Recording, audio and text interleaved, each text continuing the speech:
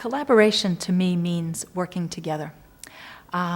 Collaboration has special features, though, because people can work together but not share a common purpose and a common goal.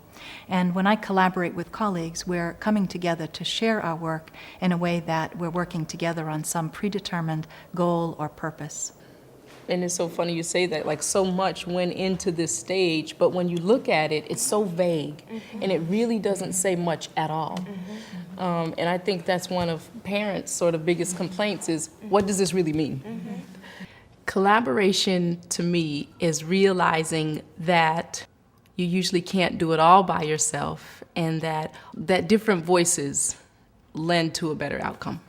One of the ways that we collaborate at my school is through work groups.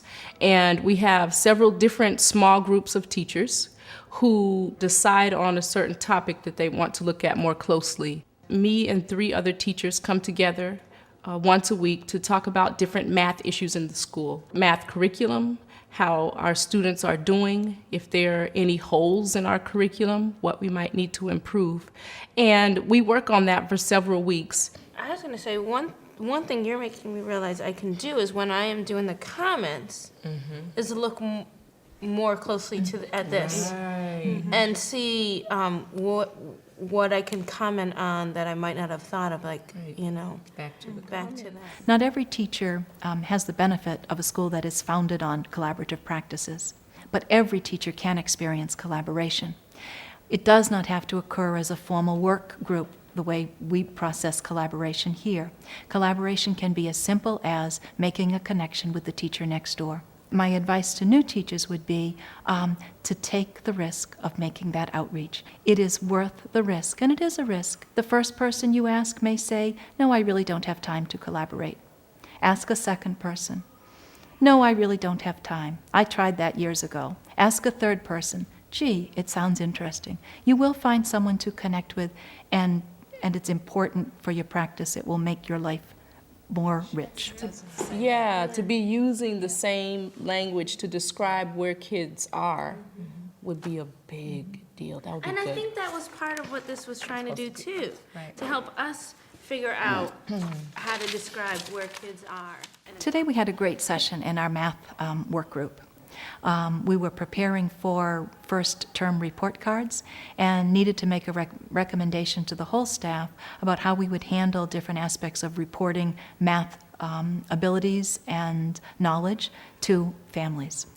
After the work groups have had chance to meet as a small group, we bring our recommendations back to the whole staff. When we meet, we have a specific goal of communicating what we discussed at our last session to the whole staff so that we will send reports in a consistent manner to families. That brings us to the math group, who's going to not only report out, but spend a little more time talking about some of the things that have come up in your group. So one of the main things we talked about was there was a disconnect between that 1, 2, 3, 4 key that we use. 4 being exceeds expectations, 3 is meets, 2 is approaches, 1 is you're not getting there, right?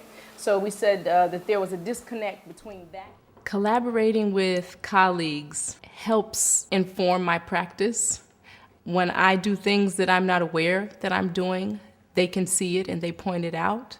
If there are things that I don't know about, if there's a particular book or a song that's great for kids, anything that I'm not aware of, that informs my practice. They let me know. And I don't know if this is the time definitely to talk about it. Like, I was making my face while you were talking, and I hope it wasn't distracting. I'm sorry, but one thing I was thinking about was when we were talking about the stages, I thought people's concern about the stages was that it wasn't linked to the assessment.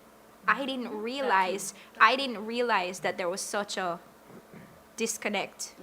You know what I mean? And so Go ahead, Jen. That was part of our discussion too. We liked the interviews.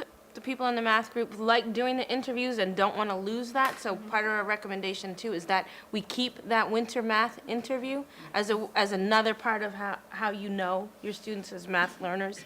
But since the math interview... Another way that collaborating with my colleagues helps me become a better teacher is that they push my thinking. I don't get to stay in a safe box, a safe teacher box. They push me to think about how could I make this better for this particular child, or how could I use a broader lens in planning this lesson.